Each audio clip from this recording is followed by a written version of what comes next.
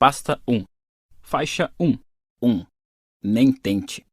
Charles Bukowski era alcoólatra, mulherengo, viciado em jogo, grosseirão, sovina, preguiçoso e, em seus piores dias, poeta. Ele seria a última pessoa no mundo a quem você pediria conselhos ou que esperaria encontrar em um livro de autoajuda. É por isso que ele é o ponto de partida perfeito. Bukowski queria ser escritor, mas passou décadas sendo rejeitado por quase todas as revistas, jornais, agentes e editoras que procurou. Seu trabalho era horrível, diziam. Bruto, repugnante, obsceno. E conforme as cartas de recusa se acumulavam, o peso do fracasso o fazia afundar cada vez mais na depressão movida a álcool que o acompanharia por quase toda a vida. Bukowski trabalhava nos Correios. O salário era ridículo e ele gastava quase tudo em bebida. O pouco que sobrava apostava em corridas de cavalos. À noite bebia sozinho, às vezes escrevendo poemas em sua velha e surrada máquina de escrever. Não raro acordava no chão, tendo apagado de tão bêbado. 3 décadas se passaram assim, resumidas a um grande borrão de álcool, drogas, jogatina e prostitutas. Até que aos 50 anos, após toda uma vida de fracassos e autodepreciação, o editor de uma pequena editora independente desenvolveu um estranho interesse por ele. O editor não podia oferecer muito dinheiro nem prometer boas vendas, mas demonstrava uma afeição incomum por aquele bêbado imprestável e decidiu arriscar. Era a primeira chance real que Bukowski tinha e, como ele se deu conta, provavelmente a única. Ele respondeu ao editor, abre aspas, eu tenho 2 opções, ficar nos Correios e enlouquecer ou dar uma de escritor e morrer de fome. Decidi morrer de fome. Fecha aspas. 3 semanas depois de assinar o contrato, Bukowski tinha o primeiro romance pronto. Chamava-se Cartas na Rua. A dedicatória foi, abre aspas, a ninguém. Fecha aspas. Bukowski se tornou um escritor e poeta muito bem sucedido. Publicou 6 romances e centenas de poemas, vendendo no total mais de 2 milhões de exemplares. Sua popularidade desafiou todas as expectativas, principalmente as dele próprio. Histórias como a de Bukowski são a base da nossa narrativa cultural. Sua trajetória personifica o sonho americano. Lute pelo que você quer e nunca desista, e assim alcançará seus sonhos mais loucos. É um roteiro de filme pronto. Todos nós, ao olharmos para histórias como a de Bukowski, dizemos, viu? Ele nunca desistiu, continuou tentando, sempre acreditou em si mesmo, persistiu até nas adversidades e chegou lá. Então é estranho que o epitáfio de Bukowski seja nem tente. Pois é, apesar das vendas e da fama, Bukowski era um fracassado. Ele sabia disso. Seu sucesso não brotou de uma grande vontade de vencer na vida, mas da consciência do contrário. Ele sabia que era um fracassado. Aceitava o fato e escrevia honestamente sobre isso. Nunca tentou ser quem ele não era. A obra de Bukowski não se sustenta na ideia de superar obstáculos impensáveis, nem de se empenhar para ser um gênio literário. É o oposto. Seu sucesso vem da completa e inabalável honestidade consigo mesmo, sobretudo em relação às piores partes, e da capacidade de falar abertamente sobre seus fracassos sem hesitação ou dúvida. Esta é a verdadeira origem do sucesso de Bukowski, sentir-se confortável com o fracasso. Ele estava pouco se lixando para ser bem-sucedido. Mesmo depois da fama, continuava indo a leituras de poesia caindo de bêbado e xingava a plateia. Ainda se expunha em público e tentava transar com qualquer mulher que via pela frente. Fama e sucesso não fizeram dele uma pessoa melhor. E não foi se tornando uma pessoa melhor que ele alcançou fama e sucesso. Muitas vezes o autoaprimoramento e o sucesso andam de mãos dadas, mas não significa que sejam a mesma coisa. A cultura em que vivemos hoje nutre obsessivamente expectativas pouco realistas. Ser mais feliz, ser mais saudável, ser o melhor, superior aos outros, ser mais inteligente, mais rápido, mais rico, mais bonito, mais popular, mais produtivo, mais invejado e mais admirado. Ser perfeito, incrível e cagar pepitas de ouro de 12 quilates antes de beijar uma esposa impecável e 2 filhos perfeitos no café da manhã. Depois, ir de helicóptero para o seu emprego extremamente gratificante, onde você passa os dias fazendo um trabalho importantíssimo que um dia ainda vai salvar o planeta. No entanto, se pararmos para pensar, os conselhos de vida mais comuns, aquelas mensagens positivas e felizes de autoajuda que ouvimos o tempo todo, na verdade se concentram no que não temos. Eles miram direto no que já vemos como falhas e fracassos pessoais, só que para torná-los ainda mais piores aos nossos olhos. Só aprendemos as melhores maneiras de ganhar dinheiro porque achamos que não temos o suficiente. Só paramos diante do espelho e repetimos para nós mesmos que somos bonitos porque não nos achamos bonitos. Só seguimos dicas de namoros e relacionamentos porque achamos impossível sermos amados. Só fazemos exercícios ridículos de visualização de sucesso porque não nos nos sentimos bem-sucedidos. Ironicamente, essa fixação no positivo, no que é melhor ou superior, só serve como um lembrete do que não somos, do que nos falta, do que já deveríamos ter conquistado, mas não conseguimos. Afinal de contas, nenhuma pessoa realmente feliz sente necessidade de ficar falando que é feliz para si mesma no espelho. Ela simplesmente é. Há um ditado que diz: cão que ladra não morde. Um homem confiante não precisa provar que é confiante. Uma mulher rica não tem necessidade de convencer ninguém de que é rica. Ou você é, ou não é. E se você passa o tempo todo sonhando em ser alguma coisa, está inconscientemente reforçando a mesma realidade. Você não é aquilo. Todo mundo e todos os programas de TV querem nos convencer de que a felicidade depende de um emprego melhor, um carro mais potente, uma namorada mais bonita, uma jacuzzi, uma piscina para os filhos. O mundo não cansa de indicar um caminho para a felicidade que se resume a mais e mais e mais. Compre mais, tenha mais, faça mais, transe mais, seja mais. Somos constantemente bombardeados com a necessidade de ter tudo o tempo todo. Você precisa de uma TV nova, você precisa fazer uma viagem de férias melhor que a dos seus colegas de trabalho, você precisa comprar um móvel sofisticado para sua sala, você precisa do tipo certo de pau de selfie. Por quê? Meu palpite. Porque criar necessidades é bom para os negócios. Nada contra bons negócios, mas ter necessidades demais faz mal para a sua saúde mental. Você acaba se agarrando demais ao que é superficial e falso, dedicando a vida à meta de alcançar uma miragem de felicidade e satisfação. O segredo para uma vida melhor não é precisar de mais coisas, é se importar com menos e apenas com o que é verdadeiro, imediato e importante. Faixa 2. O círculo vicioso infernal. O cérebro humano tem uma peculiaridade traiçoeira que, se não tomarmos cuidado, pode nos enlouquecer. Veja se isso lhe é familiar. Você está ansioso porque precisa confrontar alguém. Essa ansiedade o domina e você começa a se perguntar por que está tão ansioso. Agora você está ansioso por medo de ficar mais ansioso. Ah, não. Ansiedade em dose dupla. E aí você fica ansioso com a sua ansiedade, o que causa ainda mais ansiedade. Um uísque, rápido. Ou então, digamos que o problema seja a raiva. Você se irrita com as coisas mais idiotas e triviais e não sabe por quê. E essa tendência a se irritar tão fácil só o deixa mais irritado. E aí, em meio a essa raiva estúpida, você se sente vazio e cruel por estar sempre zangado, o que é terrível. Tão terrível que você fica com raiva de si mesmo. Olha o seu estado. Você se irrita por se irritar com a própria irritação. Quer saber? Eu vou ali socar uma parede. Ou você se preocupa tanto em fazer a coisa certa o tempo todo que começa a se preocupar com seu nível de preocupação. Ou se culpa tanto por seus erros que começa a ficar culpado por carregar tanta culpa. Ou se sente triste e sozinho com tanta frequência que só de pensar nisso acaba triste e sozinho mais uma vez. Bem-vindo ao círculo vicioso infernal. É provável que você já tenha passado por isso algumas vezes. Talvez esteja nele agora mesmo. Nossa, eu entro no círculo vicioso infernal toda hora. Sou mesmo um imbecil, preciso parar com isso. É muita imbecilidade. Eu mesmo me achar um imbecil. Eu tenho que parar de me chamar de imbecil. Ah, droga, já estou fazendo de novo, viu? Eu sou um imbecil. Calma, amigo. Acredite ou não, isso faz parte da beleza do ser humano. São poucos os animais capazes de formar pensamentos lógicos. E nós, humanos, temos o luxo adicional de conseguir pensar sobre nossos pensamentos. Assim, posso pensar em assistir a uns vídeos da Miley Cyrus no YouTube e logo depois pensar que sou um pervertido por querer assistir a vídeos da Miley Cyrus no YouTube. Ah, o milagre da consciência. O problema é o seguinte, a sociedade atual, através das maravilhas da cultura do consumo e do exibicionismo de vidas incríveis nas redes sociais, produziu uma geração inteira que enxerga esses sentimentos negativos, ansiedade, medo, culpa e etc., como problemas. Veja bem, quando você abre o Facebook, vê todo mundo chafurdando infelicidade até não poder mais. Caramba, 8 pessoas se casaram por semana e uma garota de 16 anos ganhou uma Ferrari de aniversário num programa de TV e um moleque acabou de faturar $2 bilhões por ter inventado um aplicativo que resolve imediatamente o problema quando o papel higiênico acaba e você em casa coçando o saco. É inevitável pensar que sua vida é ainda pior do que imaginava. O círculo vicioso infernal é praticamente uma epidemia, deixando muita gente estressada, neurótica e odiando a si mesma.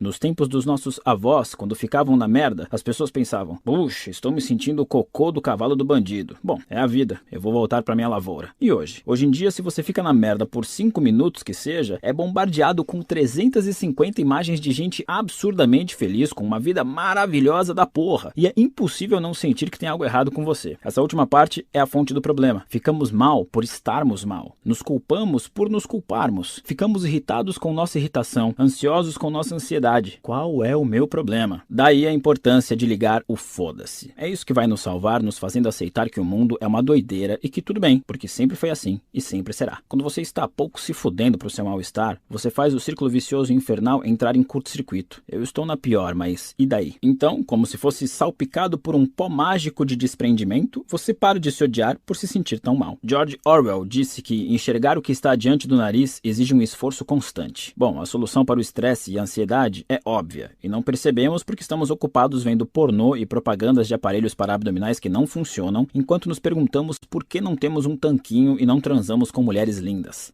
Na internet, fazemos piadas sobre todos os problemas do mundo moderno, mas a verdade é que nos tornamos vítimas do nosso próprio privilégio. Problemas de saúde decorrentes de estresse, transtornos de ansiedade e casos de depressão dispararam nos últimos 30 anos, apesar de todo mundo ter uma TV de tela plana e pedir comida em casa. Nossa crise não é mais material, é existencial e espiritual. Temos tanta tralha e tantas oportunidades que nem sabemos mais o que realmente importa. Porque agora, ao mesmo tempo que temos infinitos meios de ver e aprender coisas novas, temos também infinitos meios de descobrir que não estamos à altura das expectativas, que não somos bons o suficiente, que nossa situação não é tão satisfatória quanto poderia ser. E isso nos corrói por dentro, porque tem algo muito errado com toda essa ladainha de como ser feliz, que já foi compartilhado umas 8 milhões de vezes no Facebook nos últimos anos. O que ninguém vê em toda essa babaquice é o desejo de ter mais experiências positivas é em si uma experiência negativa. E paradoxalmente, a aceitação da experiência negativa é em si uma experiência positiva. Isso é de enlouquecer qualquer um. Então eu vou lhe dar 1 minuto para ler de novo e clarear o seu cérebro. Desejar sentimentos positivos é um sentimento negativo. Aceitar os sentimentos negativos é um sentimento positivo. É a isso que o filósofo Alan Watts se refere como lei do esforço invertido. A ideia de que quanto mais tentamos nos sentir bem o tempo todo, mais insatisfeitos ficamos. Pois a busca por alguma coisa só reforça o fato de que não a temos. Quanto mais você se desespera para ser rico, mais pobre e indigno se sente, seja qual for a sua renda. Quanto mais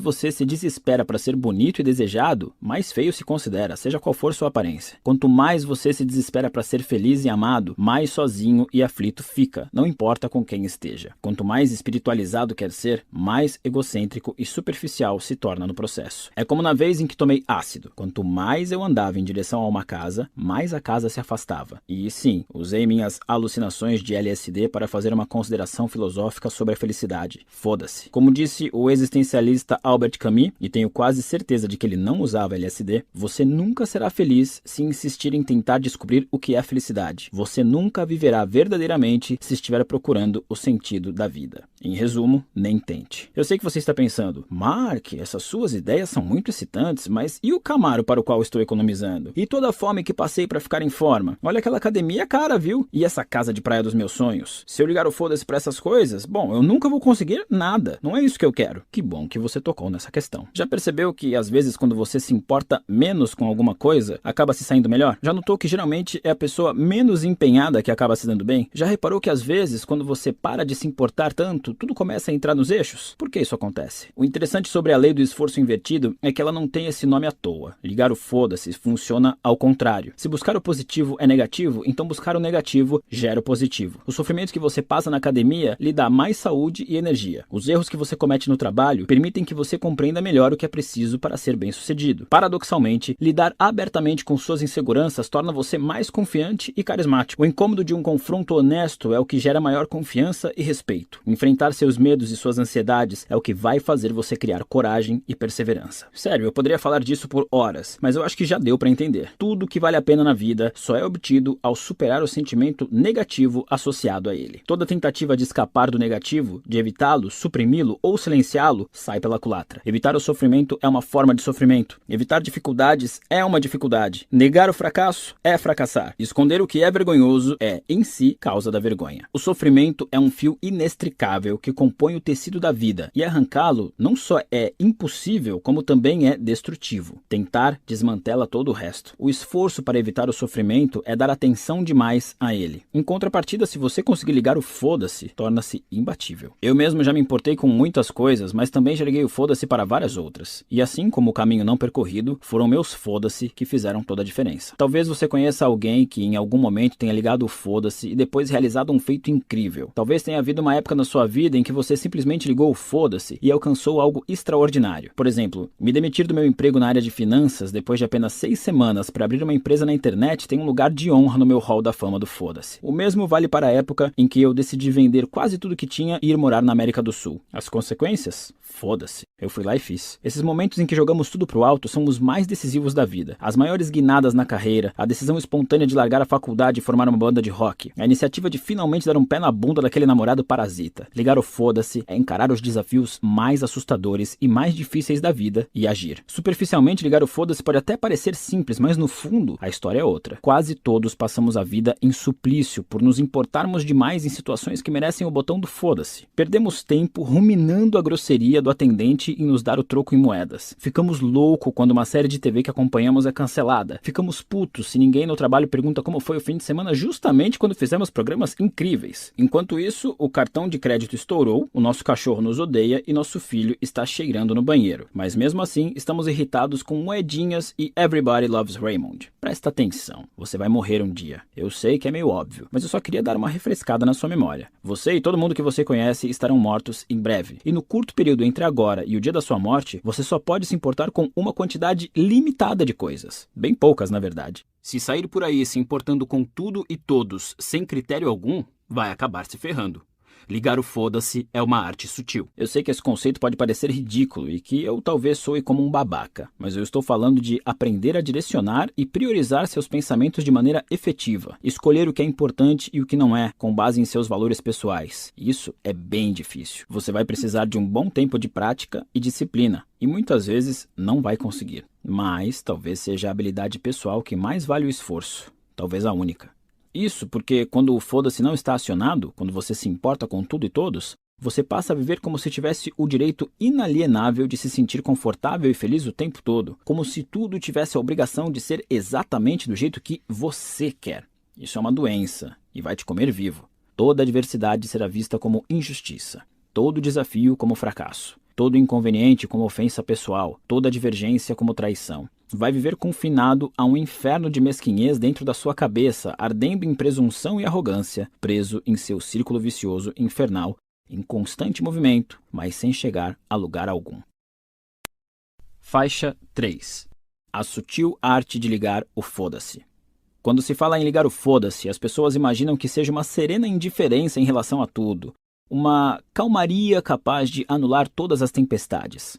Elas se imaginam e desejam ser pessoas que não se abalam com nada e não se submetem a ninguém. E existe um nome para pessoas que não sentem nem veem significado em nada: psicopatas. Eu não faço ideia por que alguém iria querer ser um deles. Então, se não é isso, o que é ligar o foda-se? Vamos avaliar 3 sutilezas que ajudarão a esclarecer essa questão. Sutileza número 1. Ligar o foda-se não significa ser invulnerável, mas se sentir confortável com a vulnerabilidade.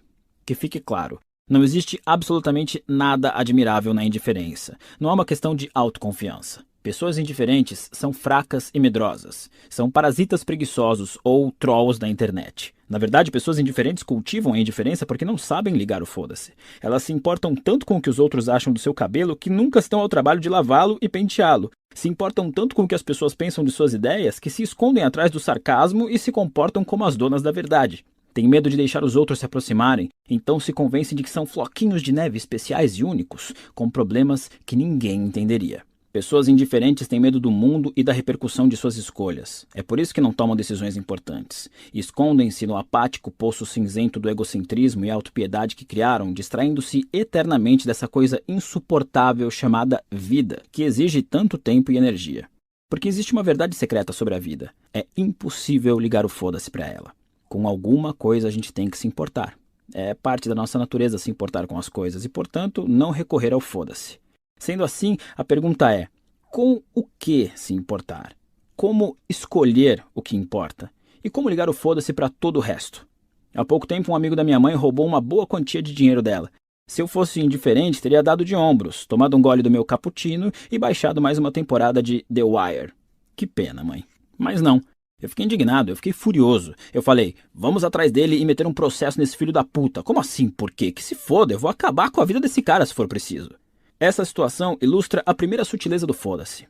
Quando dizemos, nossa, cuidado, o Mark Manson está um pouco se fudendo, não estamos dizendo que o Mark Manson não liga para nada. Pelo contrário, estamos dizendo que o Mark Manson não está nem aí para os obstáculos que o separam de seus objetivos. Não quer saber se vai irritar algumas pessoas para fazer o que considera certo, importante ou nobre. Estamos falando que o Mark Manson é o tipo de cara que escreve sobre si mesmo na terceira pessoa só porque quer.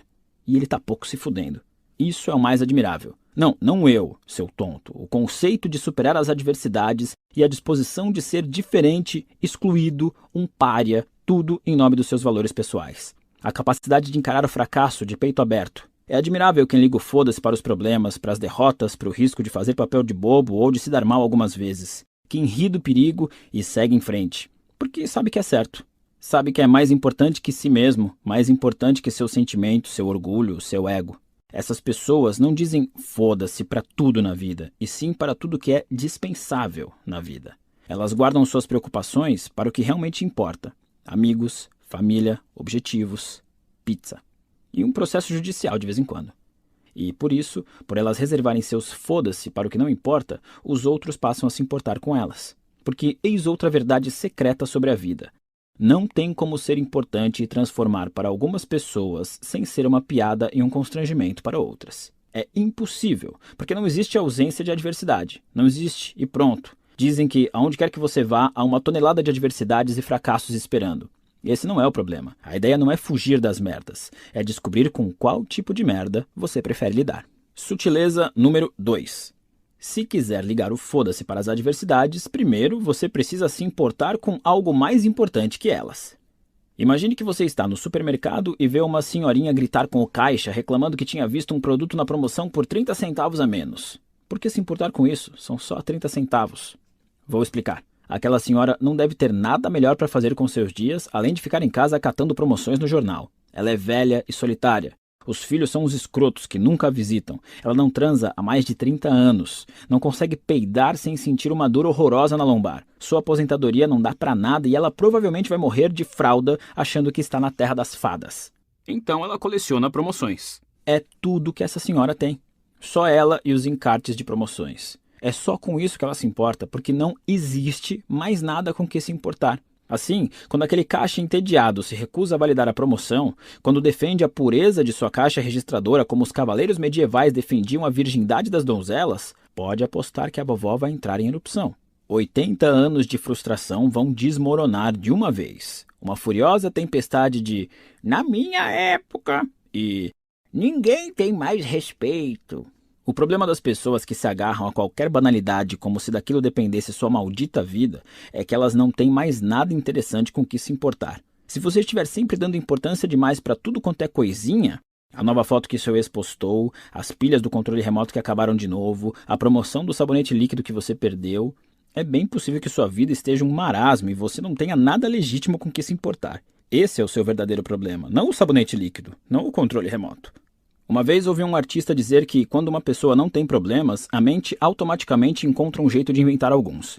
A meu ver, o que algumas pessoas, sobretudo gente branca, culta e mal acostumada de classe média, consideram problemas da vida são, na verdade, apenas efeitos colaterais de não ter nada mais importante com que se preocupar. Daí se conclui que encontrar algo importante e significativo para a sua vida talvez seja o uso mais produtivo de seu tempo e sua energia. Porque se você não encontrar algo relevante de verdade, vai se importar com causas frívolas que mereciam um grande foda-se. Sutileza número 3. Perceba você ou não, estamos sempre escolhendo o que realmente importa. Não nascemos com o botão foda-se ligado. Na verdade, nascemos com o botão funcionando ao contrário, nos importando com tudo. Nunca viu uma criança se descabelando de chorar porque o tênis é do tom errado de azul? Pois é, foda-se essa criança. Quando somos jovens, tudo é novo e empolgante e tudo parece absurdamente significativo. Aí damos importância a tudo, ligamos para tudo e todos. Os que estão falando de nós, ou se aquele garoto ou garota vai ligar, se estamos usando meias do mesmo par, de que cor são os nossos balões de aniversário. Conforme envelhecemos, com o benefício da experiência e depois de ver tanto tempo passar, começamos a notar que grande parte das nossas coisas não interfere em nada em nossa vida. Nem convivemos mais com aquelas pessoas que tanto tentávamos impressionar. Rejeições dolorosas se mostram positivas depois. Percebemos que mal reparam em nossos detalhes superficiais, então decidimos não pensar demais neles. Basicamente, nossa disposição emocional se torna mais seletiva. Isso se chama maturidade. É legal, você deveria experimentar qualquer dia desses. Maturidade é o que acontece quando aprendemos a só ligar para o que vale a pena. Como disse Bunk Moreland para o parceiro, o detetive McNulty, em The Wire, que eu baixei mesmo, foda-se. É isso que você ganha por se importar quando não estava na sua vez. Então, quando envelhecemos e chegamos à meia-idade, outra mudança acontece. O nível de energia cai, a identidade se consolida, sabemos quem somos e nos aceitamos, mesmo que não é lá muito bacana. E por mais estranho que pareça, isso é libertador. Não precisamos mais nos importar com tudo. A vida é assim, e nós a aceitamos com defeitos e tudo. Percebemos que nunca vamos desenvolver a cura para o câncer, nunca iremos à lua, nem sairemos com a Jennifer Aniston. E tudo bem, vida que segue. Passamos a reservar nossa preocupação cada vez mais escassa ao que realmente merece atenção: família, melhores amigos, pontuação no golfe. E para nossa perplexidade, isso basta.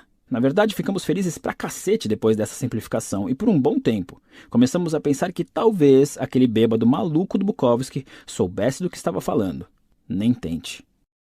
Faixa 4. Mas então, Mark, para que serve essa droga de livro, afinal? Este livro vai ajudar você a pensar um pouco mais claramente sobre o que elege como importante na sua vida e o que considera insignificante. Acredito que estamos enfrentando uma epidemia de cegueira psicológica que faz as pessoas não enxergarem que é normal as coisas darem errado de vez em quando. Sei que parece ser simplesmente preguiça intelectual, mas eu juro que é quase uma questão de vida ou morte. Porque quando acreditamos que nada deveria dar errado, inconscientemente começamos a nos culpar. Começamos a desconfiar que tem alguma coisa errada com a gente, o que nos leva a todo tipo de absurdo na tentativa de reverter isso, como comprar 40 pares de sapatos, tomar calmante com vodka numa noite de terça-feira ou atirar num ônibus escolar cheio de criancinhas. Essa crença de que não conseguir uma coisa ou outra é um problema acaba alimentando o crescente círculo vicioso infernal que ameaça dominar a nossa cultura. A ideia de ligar o foda-se é um jeito simples de reorientar nossas expectativas e descobrir o que é ou não importante na vida. Quando desenvolvemos essa habilidade, experimentamos o que considero de uma espécie de iluminação prática. Não aquela iluminação babaca e idealista do êxtase eterno e do fim de toda a dor. Eu vejo a iluminação prática como a possibilidade de se sentir confortável com a ideia de que um pouco de sofrimento é sempre inevitável. Que, por mais que nos esforcemos, a vida é feita de fracassos, perdas, arrependimentos e até morte. Quando você passa a se sentir confortável com toda a merda que a vida joga na sua cara, e ainda vai rolar muita merda, pode acreditar, você se torna invencível num sentido levemente, bem levemente espiritual. Afinal de contas, o único jeito de superar a dor é aprender a suportá-la. Este livro está pouco se fudendo para o alívio dos seus problemas ou da sua dor, e é exatamente por isso que você vai perceber que o que está escrito aqui é verdade. Este livro não é um guia para a grandeza. Não poderia ser, porque a grandeza é apenas uma ilusão criada pela nossa mente, um destino fictício que nos obrigamos a buscar, nossa Atlântida psicológica. Esse método vai transformar a sua dor numa ferramenta, seu trauma em poder, seus problemas em problemas ligeiramente menores. Isso já é alguma coisa. Pense neste livro como um guia para o sofrimento, que ensina a sofrer da melhor forma, com mais significado, mais compaixão e mais humildade. A ideia é que você tenha uma vida mais leve, apesar dos fardos que carrega, que conviva melhor com os seus maiores medos e ria das lágrimas enquanto chora. Este livro não vai ensiná-lo a subir na vida ou a alcançar seus objetivos, e sim a errar e perder sem se destruir por isso. Vai ensiná-lo a fazer um inventário de sua vida, identificar os itens mais importantes e então eliminar todo o resto. Vai ensiná-lo a fechar os olhos e confiar que é possível escorregar e não sofrer nada grave. Vai ensiná-lo a direcionar a sua atenção para evitar desperdiçá-la. Vai ensiná-lo a nem tentar. Pasta 2. Faixa 1. 2. A felicidade é um problema.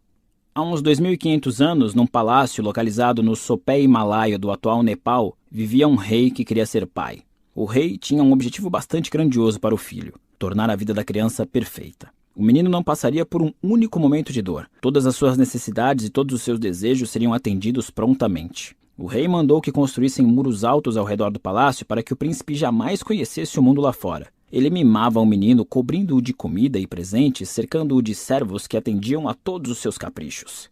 Como planejado, a criança cresceu alheia à crueldade habitual da existência humana. Toda a infância do menino foi assim. Mas, apesar do luxo e opulência infinitos, o príncipe se tornou um jovem meio estressado.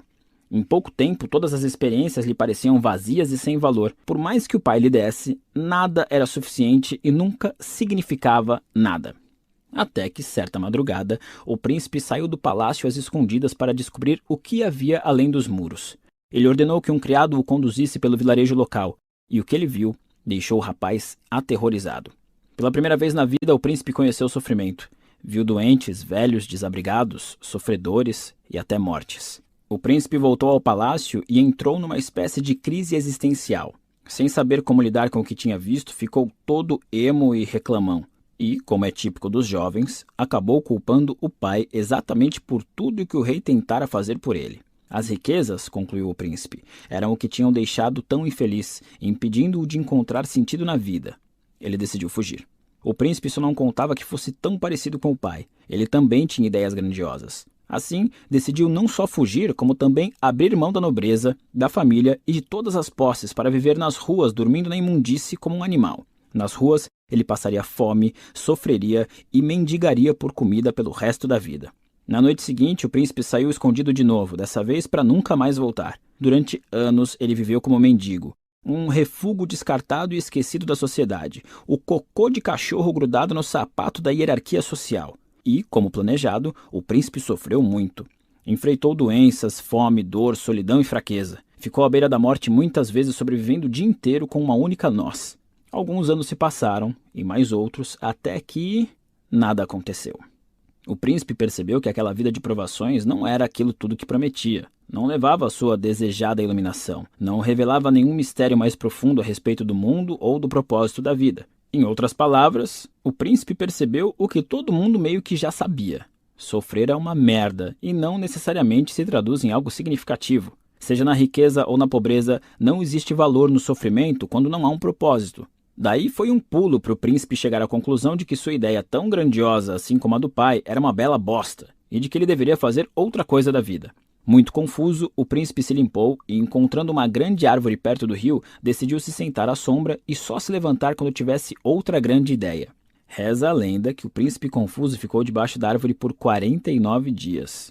Não vamos entrar na questão da viabilidade biológica de ficar sentado no mesmo lugar por 49 dias. Digamos que durante esse período o príncipe foi tocado por diversas verdades muito profundas. Uma delas foi a seguinte: a vida em si já é uma forma de sofrimento.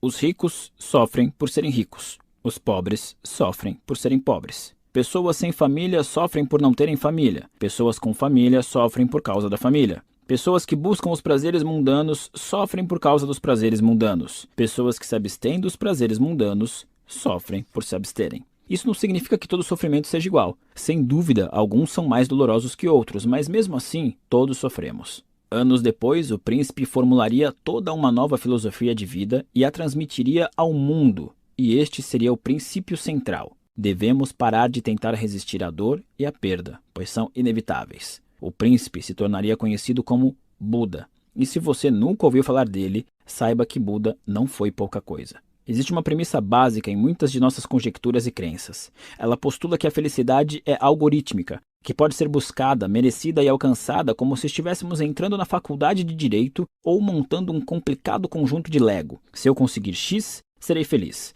Se eu tiver a paciência Y, serei feliz. Se eu conquistar uma pessoa como Z, serei feliz. Essa premissa é o problema. A felicidade não é uma equação que possa ser solucionada. A insatisfação e a inquietude são inerentes à natureza humana e, como veremos, componentes necessários para se criar uma felicidade consistente. Buda sustentou isso a partir de uma perspectiva teológica e filosófica. Vou defender o mesmo argumento neste capítulo, mas de uma perspectiva biológica, com pandas. Faixa 2. As desventuras do panda da desilusão. Se eu pudesse inventar um super-herói, seria o panda da desilusão. Com uma máscara cafona nos olhos e uma camiseta que não cobriria sua enorme barriga de panda, ele teria o superpoder de dizer às pessoas duras verdades sobre si mesmas. Verdades que elas precisam ouvir, mas não querem aceitar. O panda da desilusão iria de porta em porta como um vendedor de bíblias, tocando a campainha e dizendo coisas como: claro, ganhar muito dinheiro faz você se sentir bem, mas não vai conquistar o amor dos seus filhos. Ou, Se você precisa pensar antes de responder se confia na sua esposa, é porque não confia. Ou o seu conceito de amizade não passa de constantes tentativas de impressionar os outros. Em seguida, ele desejaria um bom dia a quem o atendeu e seguiria muito pimpão para a casa seguinte. Seria incrível e doentio, e triste, e inspirador, e necessário. Afinal de contas, as maiores verdades da vida são as mais desagradáveis de se ouvir. O panda da desilusão seria o herói que ninguém deseja, mas de que muitos precisam. Ele seria a salada verbal no fast food da nossa alimentação mental. Tornaria a nossa vida melhor, apesar de nos deixar deprimidos por um tempo. Ele nos deixaria mais fortes ao nos destroçar. Iluminaria nosso futuro ao nos mostrar a escuridão. Ouvir o que o panda tem a dizer seria como ver um filme em que o protagonista morre no final. Apesar das lágrimas, você adora, porque é verossímil. Então, já que estamos aqui, permita-me colocar minha máscara de panda da desilusão e jogar mais uma verdade desagradável na sua cara. Sofremos pelo simples fato de que sofrer é biologicamente útil. O sofrimento é o agente preferido da natureza para inspirar mudanças. A evolução nos fez viver constantemente com certo grau de insatisfação e insegurança, porque é a criatura levemente insatisfeita e insegura que faz o máximo para inovar e sobreviver. Somos programados pela natureza para ficar insatisfeitos com tudo o que temos e desejar apenas o que não temos. Essa insatisfação permanente faz nossa espécie seguir lutando e progredindo, construindo e conquistando. Então, não. Nossa dor e tristeza não são uma falha da evolução humana. Pelo contrário, são um recurso essencial dela. A dor, em todas as suas formas, é o meio mais efetivo de que nosso corpo dispõe para gerar ação. Imagine algo simples como dar uma topada com o dedão do pé. Se você for como eu, sua reação é gritar tantos palavrões que fariam o Papa Francisco chorar. Ou você culpa o pobre objeto inanimado pelo seu sofrimento. Mesa escrota, diz. Ou talvez chegue ao ponto de questionar toda a sua visão sobre design de interiores com base no dedo latejante. Que tipo de idiota coloca uma mesa aqui? Mas voltemos. Aquela dor horrível no dedo, que eu, você e o Papa odiamos tanto, tem um motivo importante para existir. A dor física é um produto do sistema nervoso, um mecanismo de resposta que nos permite desenvolver a noção espacial de nossas proporções físicas. Aonde podemos ou não podemos ir, ou o que podemos ou não tocar. Quando excedemos esses limites, nosso sistema nervoso nos pune para que a gente preste atenção e nunca mais repita o erro. Essa dor, por mais que a odiemos, é útil. É ela que nos ensina no que devemos prestar atenção quando somos pequenos ou quando estamos distraídos. Ela nos ajuda a descobrir o que faz bem e o que faz mal. Ajuda a entender e aceitar nossas limitações. Ajuda a não brincar perto de um fogão aceso nem enfiar objetos de metal em tomadas. Sendo assim, nem sempre é benéfico evitar a dor e buscar apenas o prazer, já que às vezes a dor tem importância vital para o nosso bem-estar. E não existe apenas a dor física. Como qualquer um que já tenha sido obrigado a assistir ao episódio 1 de Star Wars pode confirmar, nós, humanos, também somos capazes de sofrer extrema dor psicológica. Na verdade, pesquisas descobriram que o cérebro não registra muita diferença entre a dor psicológica e a física. Então, quando digo que senti meu coração ser atravessado lenta e repetidamente por uma adaga quando minha primeira namorada me traiu e me largou, é porque doeu tanto que daria no mesmo se tivessem realmente cravado uma adaga lenta e repetidamente no meu coração. Assim como a dor física, a dor psicológica indica que há um desequilíbrio, que algum limite foi excedido. E também, como a dor física, a psicológica nem sempre é indesejável ou de todo ruim. Em certos casos, passar por dores emocionais ou psicológicas pode ser saudável ou mesmo necessário. Assim como bater o dedão nos treina para esbarrar menos em mesas, a dor emocional provocada por rejeição ou fracasso nos ensina a evitar os mesmos erros no futuro. O que nos leva a deduzir um dos grandes perigos de uma sociedade que se esquiva cada vez mais dos inevitáveis desconfortos da vida. Perdemos o benefício da passagem por doses saudáveis de dor, e essa perda nos desconecta da realidade. Você pode ficar com água na boca ao imaginar uma vida livre de problemas, repleta de felicidade e compaixão eternas. Mas aqui no mundo real, os problemas nunca cessam. Sério, eles não acabam. O panda da desilusão acabou de passar aqui. Ele me contou tudo enquanto tomávamos margaritas. Os problemas nunca somem, eles só diminuem. Warren Buffett tem problemas financeiros. O mendigo bêbado que fica à espreita na frente do supermercado também tem. Buffett simplesmente tem problemas financeiros menores que os do mendigo. Tudo na vida é assim. A vida é basicamente uma série interminável de problemas, Mark, afirmou o panda. Ele tomou mais um gole do drink e ajeitou o guarda-chuvinha cor-de-rosa que adornava o copo. A solução de um problema é apenas o início do próximo. Depois de um tempo, eu me perguntei de onde aquele panda falante tinha saído. Aliás, quem foi que preparou essas margaritas?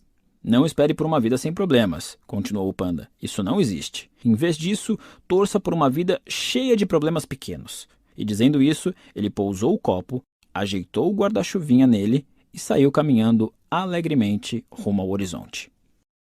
Faixa 3. Felicidade é resolver problemas. Problemas são uma constante na vida. Quando você resolve seus problemas de saúde frequentando uma academia, está criando novos problemas, como ter que acordar cedo para não se atrasar, passar meia hora suando que nem um porco na esteira, depois ter que tomar banho antes do trabalho para não empestear o escritório inteiro com o seu fedor. Quando você resolve o problema de não passar tempo suficiente com seu parceiro, decidindo que vão sair juntos toda quarta-feira, está gerando novos problemas, como pensar em algo que os dois não odeiem para fazer toda quarta-feira, conferir se tem dinheiro para ir a bons restaurantes, redescobrir a química e a chama que sentem ter perdido e desvendar a logística de transar em uma banheira minúscula com espuma demais. Os problemas nunca acabam. Eles apenas são substituídos ou atualizados. A felicidade está em resolver problemas. Repare que a palavra-chave é resolver. Se você evita os problemas ou acha que não tem nenhum, está no caminho da infelicidade. Se acha que não consegue resolver seus problemas, estará no mesmo caminho. O segredo está em resolver os problemas e não em não ter problemas. Para ser feliz, é preciso ter algo para resolver. Assim, a felicidade é uma forma de ação. É uma atividade, não algo que você recebe de forma passiva, que descobre magicamente numa lista do BuzzFeed ou em algum guru. Ela não surge quando você finalmente ganha o suficiente para construir mais um cômodo na sua casa. Ela não está esperando por você em algum lugar, alguma ideia, algum emprego, nem num livro, aliás. Felicidade é um exercício constante, porque resolver problemas é um exercício constante. As soluções para os problemas de hoje serão a base dos problemas de amanhã, e assim por diante. A verdadeira felicidade só se dá quando você descobre quais problemas gosta de ter e de resolver. Às vezes são problemas simples. Comer bem, viajar, zerar o jogo que você acabou de comprar. Outras vezes, porém, são problemas abstratos e complexos. Manter um bom relacionamento com sua mãe, encontrar uma carreira em que se sinta confortável, criar um círculo de amigos fiéis. Sejam quais forem seus problemas, o conceito é o mesmo. Resolva-os e seja feliz. Infelizmente, para muitas pessoas, a vida não é tão simples assim. Isso porque elas estragam tudo fazendo alguma dessas merdas. 1. Negação. Existem algumas pessoas que negam que os problemas sequer existam e, como negam a realidade, precisam se iludir e se alienar o tempo todo. Isso pode fazê-las se sentir bem a curto prazo, mas leva a uma vida de insegurança, neurose e repressão emocional. 2. Vitimização. Há quem prefira acreditar que nada pode fazer para resolver seus problemas. As vítimas tentam culpar os outros ou circunstâncias externas. Isso pode fazê-las se sentir melhor a curto prazo, mas leva a uma vida de raiva, desamparo e desespero. As pessoas negam e culpam os outros pelos próprios problemas simplesmente porque é fácil e provoca alívio, enquanto resolvê-los é difícil e muitas vezes gera sofrimento. Culpa e negação dão barato. São uma fuga temporária dos problemas, o que proporciona uma sensação passageira de melhora. Há diversas formas de obter euforia, seja pela ingestão de substâncias como o álcool, seja pela sensação de altivez moral ao culpar os outros, ou pela emoção de uma aventura arriscada. Basear a vida em picos de euforia é superficial e improdutivo. Grande parte do mercado da autoajuda se sustenta em vender euforia, em vez de ensinar as pessoas a resolver problemas legítimos. Muitos gurus ensinam novas formas de negação e enchem o público de exercícios que causam bem-estar a curto prazo, mas que ignoram a raiz do problema. Lembre-se, nenhuma pessoa feliz de verdade tem necessidade de ficar diante de um espelho repetindo para si mesma que é feliz. Outro problema da euforia é que ela vicia. Quanto mais dependemos dela para sentirmos uma melhora em nossos problemas ocultos, mais recorremos a tal recurso. Assim, quase tudo pode se tornar um vício, dependendo do motivo pelo qual é usado. Todos temos nossos métodos preferidos para entorpecer a dor causada pelos problemas. E não há nada de errado nisso, desde que sejam usados em doses moderadas. Quanto mais evitamos e mais nos entorpecemos, mais doloroso será quando finalmente confrontarmos nossos problemas. Faixa 4. Sentimentos não são tudo isso que você pensa. Os sentimentos foram desenvolvidos em nosso organismo com um propósito específico, nos ajudar a viver e a nos reproduzir melhor. Só isso. São um mecanismo de resposta cuja função é nos alertar de que algo é provavelmente bom ou provavelmente prejudicial. Nada mais, nada menos. Assim como a dor da queimadura ensina a não tocar o fogão aceso de novo, a tristeza de estar sozinho ensina a não repetir os comportamentos que causaram a solidão. Sentimentos são apenas sinais biológicos criados para empurrar as pessoas na direção de mudanças positivas. Olha, eu não estou tentando menosprezar a sua crise de meia-idade ou ainda não superado o trauma de quando seu pai alcoólatra roubou a sua bicicleta quando você tinha 8 anos. Mas, no final das contas, se você se sente mal, é porque o seu cérebro está indicando a presença de algum problema não abordado ou não resolvido. Em outras palavras, sentimentos negativos são um chamado à ação. Se você sente algo ruim, é porque precisa agir. Da mesma maneira, sentimentos bons são a recompensa por agir certo. Quando você se sente bem, a vida parece simples e basta aproveitá-la. Até que, como tudo mais, a sensação boa desaparece porque sempre surgem mais problemas. Sentimentos fazem parte da equação da vida, mas não são a única variável. Não é porque algo causa uma sensação boa que é bom. Não é porque algo causa uma sensação ruim que é ruim. Sentimentos são apenas sinalizadores, conselhos dados pela neurobiologia, não ordens. Portanto, nem sempre devemos confiar neles. Pelo contrário, acho que precisamos criar o hábito de questioná-los. Muita gente é ensinada a reprimir as emoções por diversas razões pessoais, sociais ou culturais, sobretudo as negativas. Só que, infelizmente, negar os sentimentos negativos é negar vários dos mecanismos de resposta que ajudam a resolver problemas. Como resultado, muitos dos indivíduos reprimidos têm dificuldade em lidar com os problemas ao longo da vida. E, se não conseguem resolver seus problemas, não têm como ser felizes. Lembre-se, a dor tem um propósito. No entanto, há também quem se identifique demais com as emoções. Tudo se justifica apenas porque a pessoa se sentiu assim. Eu quebrei seu para-brisa, mas foi porque eu estava com ódio, não pude evitar. Ou, eu larguei a faculdade e me mudei para o Alasca porque eu senti que era o certo a fazer. Tomar decisões com base apenas no que o seu coração manda, sem o auxílio da razão para se manter na linha, é pedir para dar merda. Sabe quem baseia a vida nas emoções? Crianças de 3 anos. Cachorros. Sabe o que mais crianças de 3 anos e cachorros fazem? Cagam no tapete. A obsessão e a atenção exagerada aos sentimentos sempre falham pela simples razão de que sentimentos não duram. O que nos faz feliz hoje não nos fará amanhã, porque a nossa biologia sempre vai demandar algo mais. A fixação pela felicidade inevitavelmente nos leva a uma busca incessante por outra coisa. Uma casa nova, um relacionamento novo, mais um filho, mais um aumento. E, apesar de todo o nosso esforço, acabamos nos sentindo do mesmo jeito que no começo, insuficientes. Os psicólogos às vezes se referem a esse conceito como a esteira hedonista. A ideia de que estamos sempre nos esforçando para mudar a nossa vida, mas na verdade nunca nos sentimos muito diferentes. É por isso que nossos problemas são recorrentes e inevitáveis. A pessoa com quem você se casa é a mesma com quem você briga. A casa que você compra é a mesma que você reforma. O emprego dos seus sonhos é o mesmo que vai estressá-lo. Tudo vem com um sacrifício embutido. Ou seja, o que nos faz bem vai inevitavelmente nos fazer mal também. O que ganhamos também é o que perdemos. O que nos proporciona experiências positivas definirá também as negativas. Esse conceito é difícil de engolir. Nós gostamos de pensar que existe uma felicidade derradeira a alcançar. Gostamos de pensar que é possível alcançar um alívio permanente do sofrimento. Gostamos de pensar que é possível se sentir para sempre pleno e satisfeito com a vida. Mas não é. Faixa 5. Escolha suas batalhas.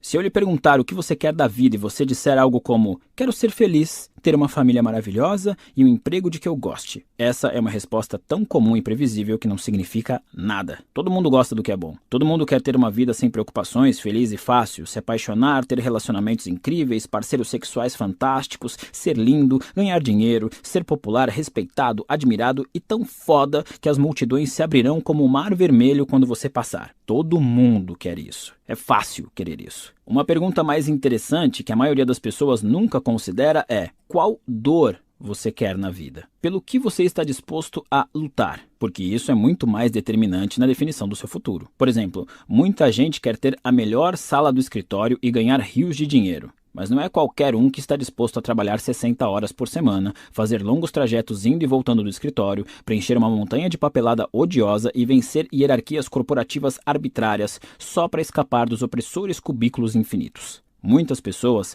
querem o melhor sexo do mundo e um relacionamento incrível, mas nem todas estão dispostas a enfrentar as DRs, os silêncios constrangedores, a mágoa e o drama psicológico necessários para construir isso. Então, se conformam. Elas se conformam e passam anos se perguntando: Poderia ser diferente? Até que a pergunta passa a ser: poderia ser com alguém diferente? E quando os papéis são assinados e o cheque da pensão está preenchido, pensam: por quê?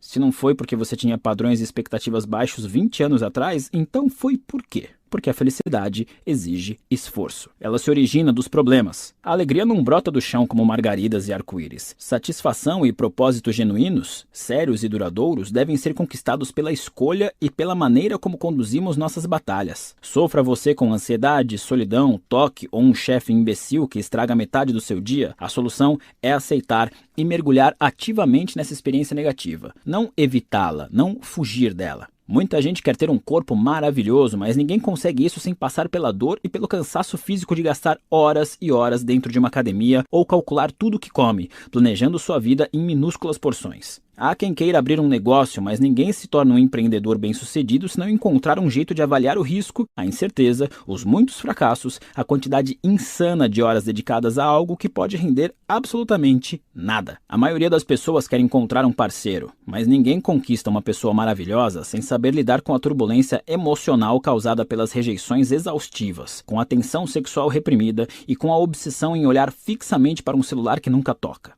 Tudo isso faz parte do jogo do amor. É impossível ganhar sem jogar. O que determina o sucesso não é de que prazer você quer desfrutar. A questão relevante é qual dor você está disposto a suportar. O caminho da felicidade é cheio de obstáculos e humilhações. Você tem que escolher alguma coisa. Não dá para levar uma vida sem dor. Nem tudo são rosas e unicórnios o tempo todo. A pergunta sobre o prazer costuma ser fácil e quase todos nós temos uma resposta parecida. Interessante mesmo é a pergunta sobre a dor. Qual dor você prefere tolerar? Essa é a pergunta difícil, porém relevante. A pergunta que vai levá-lo a algum lugar. É a pergunta que pode mudar perspectivas, vidas. É o que faz de mim quem eu sou, que faz de você quem você é. É o que nos define, nos distingue e, no final das contas, nos une. Durante boa parte da adolescência e início da vida adulta, tive a fantasia de ser músico. Mais especificamente, um astro do rock. Sempre que ouvia um solo de guitarra sensacional, fechava os olhos e me imaginava no palco, tocando sob os gritos da multidão, enlouquecendo as pessoas com o esplendor do meu dedilhado. Eu me perdia nessa fantasia por horas a fio. Para mim, a questão nunca foi se eu tocaria para multidões histéricas, e sim quando. Eu tinha tudo planejado. Só estava esperando até poder investir a energia e o esforço necessários para chegar lá e deixar minha marca. Primeiro, tinha que terminar a escola. Depois, ganhar dinheiro para comprar a guitarra. Aí, precisava encontrar tempo para praticar. Depois, fazer contatos e começar o meu primeiro projeto. E depois,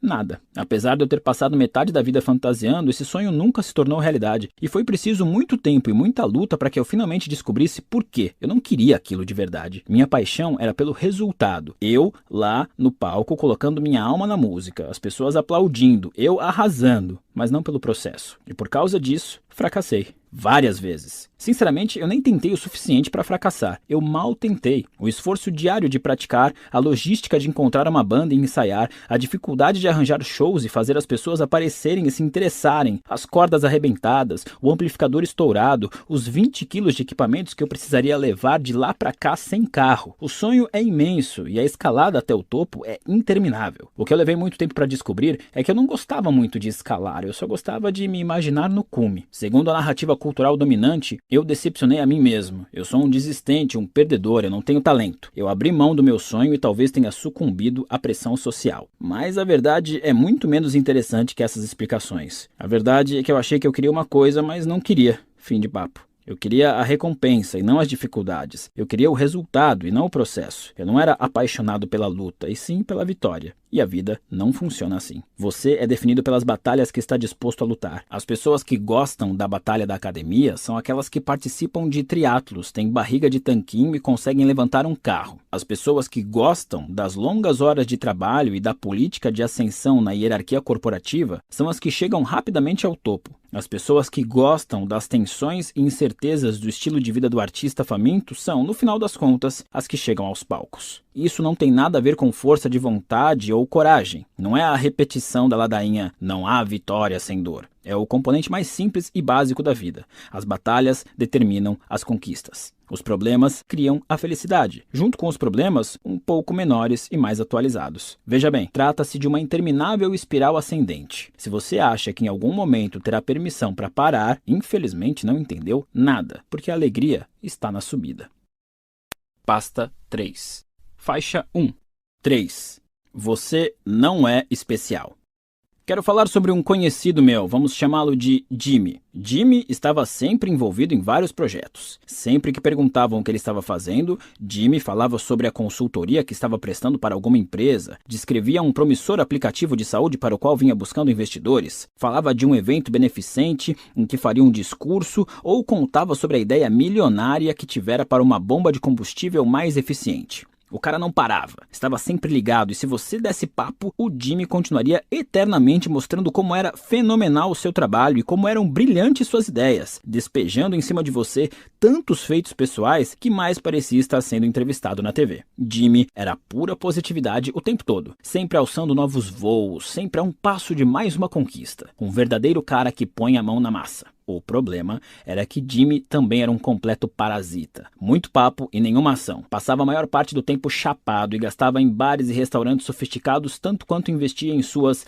ideias de negócios. Jimmy era um sanguessuga profissional. Vivia do dinheiro suado da família, que ele enrolava, assim como fazia com o restante da cidade, com falsas ideias de futura glória no ramo da tecnologia. Claro, às vezes ele fazia algum esforço simbólico, pegava o celular e ligava para algum figurão na cara de pau, se valendo de todos os nomes famosos que lhe vinham à mente, mas nada concreto acontecia. Nenhum dos seus empreendimentos se tornou realidade. O cara continuou nessa por anos, sendo sustentado por namoradas e por parentes cada vez mais distantes até quase completar 30 anos. E o mais doido nisso tudo era que Jimmy tinha orgulho disso. Sua autoconfiança chegava ao nível do delirante. Quem ria dele ou desligava na sua cara estava na percepção de Jimmy, perdendo a maior oportunidade da vida. Quem apontava o ridículo de suas ideias era ignorante e inexperiente demais para entender a sua genialidade. Quem expunha o seu estilo de vida parasitário era um invejoso, uma pessoa amarga que cobiçava o seu sucesso. Jimmy ganhava algum dinheiro, mas, em geral, pelos meios mais desonestos, como vender a ideia de outra pessoa como se fosse dele, enrolar alguém para conseguir um empréstimo ou, pior, convencer alguém a lhe dar participação numa startup. Às vezes, conseguia até que lhe pagassem para dar palestras, sobre o que eu não consigo nem imaginar. A pior parte era que Jimmy acreditava nas mentiras que contava. Seu delírio era tão indestrutível que era até difícil ter raiva dele. Chegava a ser um caso fascinante, na verdade. Em algum momento, na década de 1960, desenvolver uma autoestima alta, ter uma boa autoimagem e se sentir bem consigo mesmo, virou moda na psicologia. Pesquisas concluíram que as pessoas que se consideravam admiráveis tendiam a se sair melhor e ter menos problemas. Muitos estudiosos e legisladores da época acreditaram que aumentar a autoestima da população geraria benefícios sociais tangíveis, redução da criminalidade, melhora no desempenho acadêmico, geração de novos empregos, diminuição de déficits no orçamento. Como resultado, a partir da década seguinte, de 1970, práticas relacionadas à autoestima começaram a ser ensinadas aos pais, reforçadas por terapeutas, políticos e professores, além de serem instituídas na política educacional. Por exemplo, as notas de crianças com baixo desempenho eram elevadas artificialmente para que não se sentissem tão mal. Prêmios por participação em aula e troféus foram inventados para diversas atividades banais ou obrigatórias. As crianças recebiam deveres de casa inúteis, como escrever as características que as tornavam especiais ou suas 5 maiores qualidades. Pastores e sacerdotes diziam às suas congregações que cada um ali era especial aos olhos de Deus, que todos estavam destinados a se destacar e a superar a mediocridade. Surgiram seminários empresariais e motivacionais entoando o mesmo mantra paradoxal: cada um de nós pode ser excepcional e extremamente bem-sucedido. Hoje, uma geração depois, temos os resultados para avaliar. Não somos todos excepcionais. No fim das contas, se sentir bem consigo mesmo não significa nada, a não ser que você tenha um bom motivo para isso. Hoje, sabemos que adversidade e fracasso são muito úteis e até mesmo necessários para o desenvolvimento de adultos determinados e bem-sucedidos. Hoje, sabemos que fazer as pessoas acreditarem que são excepcionais e se sentirem bem consigo mesmas sem fundamento não cria uma população de Bill Gates e Martin Luther Kings. Cria uma população de Jimmys. Jimmy, o delirante das startups. Jimmy, que fumava maconha todo dia e não era bom em nada, exceto em se gabar e acreditar nas próprias mentiras. Jimmy, o tipo de cara que gritava com os sócios por serem imaturos e depois estourava o cartão de crédito da empresa no Le Bernardin para impressionar modelos russas. Jimmy, que já estava ficando sem estoque de tias e tios a quem recorrer para pedir empréstimos. Sim, esse Jimmy confiante e cheio de autoestima. O Jimmy que passava tanto tempo exibindo competência que esquecia de, realmente fazer alguma coisa. O problema com o movimento pró-autoestima é a crença de que podemos medir a autoestima pelos sentimentos positivos das pessoas em relação a si mesmas. No entanto, para se ter uma noção verdadeira e precisa do valor de um indivíduo, é preciso avaliar como ele se sente em relação aos seus aspectos negativos. Se uma pessoa como Jimmy se sente o fodão 99,9% do tempo, mesmo que sua vida esteja chafurdando na mais absoluta merda, como isso pode ser um método de aferição válido para decretar que sua vida é bem-sucedida e feliz? O Jimmy é arrogante. Ou seja, ele julga merecer todas as mil maravilhas de mão beijada, acredita que merece ser rico sem trabalhar, ser querido e ter boas relações sem ajudar ninguém, ter um estilo de vida incrível sem sacrificar nada. Gente como Jimmy é tão obcecada em se sentir bem consigo mesma que consegue se iludir e acreditar que está realizando feitos notáveis mesmo sem mover um dedo. Esse tipo de gente vê a si mesmo arrasando no palco quando na verdade está fazendo papel de bobo. Essas pessoas acreditam ser bem-sucedidas, fundadoras de startups, quando na verdade nunca tiveram sucesso em nenhum empreendimento. Elas se auto-intitulam Life Coaches e cobram para ajudar os outros do alto de seus 25 anos preenchidos por 0 conquistas significativas. Gente arrogante exala autoconfiança